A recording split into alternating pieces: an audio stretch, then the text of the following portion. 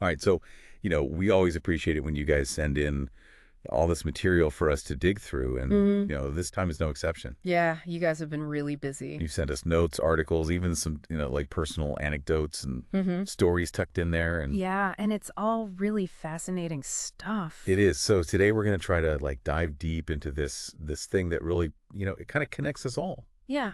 And I think, it's something that whether you're like, brainstorming for some huge meeting at work or just, trying to wrap your head around some, new area that you're interested in or, just even following your own curiosity. It's something that we all come up against. Yeah, absolutely. And, as we've been, going through all this stuff that you guys have sent, a certain question keeps kind of popping up over and over again. Yeah. And that is, what is creativity really? And Yeah. how can you as the listener, how can you sort of connect with it more fully in your life, regardless of kind of where you feel you stand with it right now?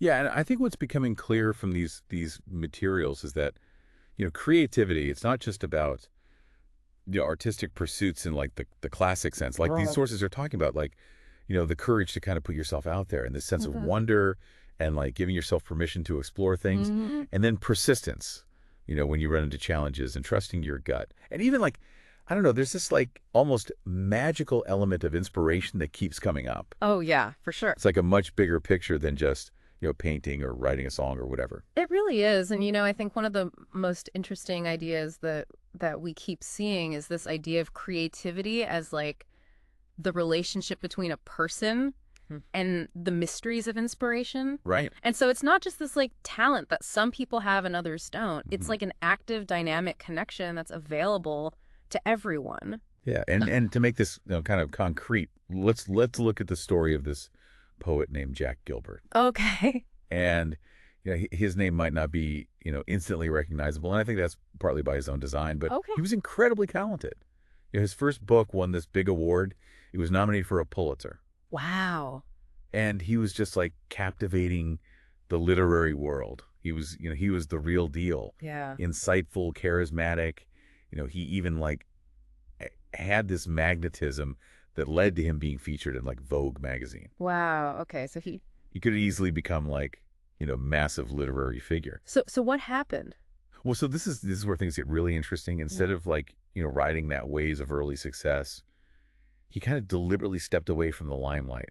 Yeah. He felt like the attention was becoming a distraction from something deeper that he was looking for. So almost like it was getting in the way. Yeah, I think he later on described this period of fame as becoming not, in a bad way, but just kind of boring because it was so repetitive. Oh, Yeah, so for like 2 decades, he lived in Europe.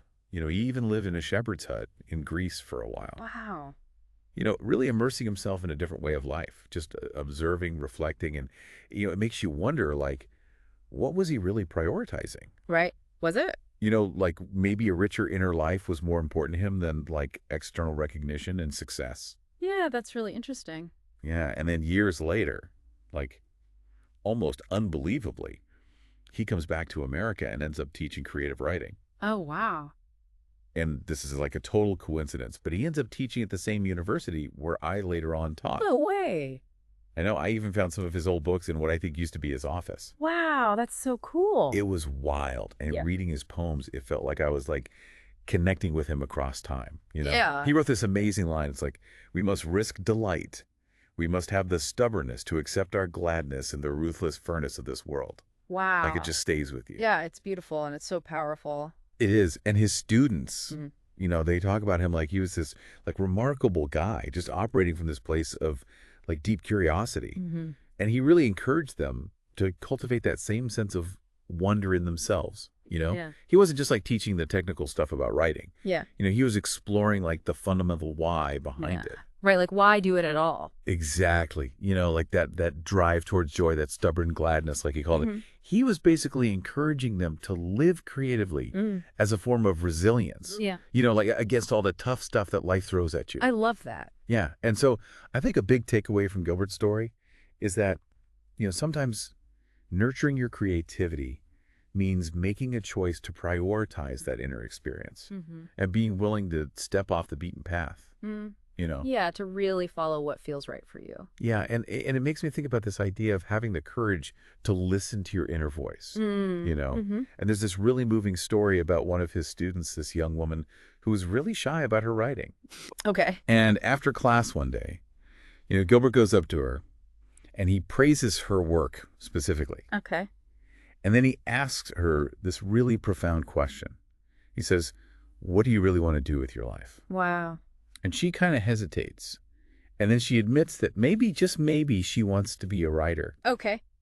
And Gilbert, with incredible gentleness, but also directness, he asks her, "Do you have the courage to bring forth this work? Wow. The treasures that are hidden inside you are hoping you will say yes." Wow, that's powerful. It just cuts right to the heart of it. It really does, and it makes you think about your own hidden treasures, right? Like Mhm. whatever they might be, it's not limited to, artistic stuff. Mm. It could be a business idea, a way of approaching a problem at work, Mm-hmm. a new relationship, a way of looking at the world. Yeah. Anything that feels authentically you and that you feel like you want to bring into being. Right. And I think, as Gilbert really points out, there's this real element of bravery in that, in Yeah. that act of creating and sharing. Like putting yourself out there. Yeah, it's not necessarily about, making some big announcement or, Yeah. it's about the quiet willingness to be vulnerable, Yeah. and to share your authentic self, even if it feels a little bit risky. Right. And that brings us to this really fundamental concept that we keep seeing in all these materials that you guys have sent, Okay. which is that you, the listener, you already have this capacity. Mm-hmm. Like one of the articles you sent put it in such a straightforward way to even call somebody a creative person Yeah. is almost laughably redundant. Right. Creativity is the hallmark of our species. It's just part of what makes us human. It's not some exclusive trait Yeah. for, a select few artists. It's like a fundamental part of being human. Yeah. We are all in our own ways inherently makers, innovators, Mhm. problem solvers. Mm-hmm. That spark's already there inside you. It is. And, I think it's important to remember that engaging with your creativity doesn't always have to result in some tangible external achievement. And we see this really beautifully illustrated in Susan's story. Mm-hmm. She decided to start figure skating again as an adult. Yeah. She wasn't aiming for, competitions or anything like that. Right. She did it purely for the joy of movement, for that feeling of aliveness and timelessness that she experienced on the ice. Mm. And she described it as like a personal revolution, Oh, wow. not because she drastically changed her life on the outside, Yeah. but because she was actively creating something within herself. Oh. That feeling of grace, pushing her boundaries, connecting with the beauty of the sport. Yeah. It wasn't about the outcome, it was about the experience itself. That's a great reminder that, creative living, it's not always about external validation or the final product. Yeah.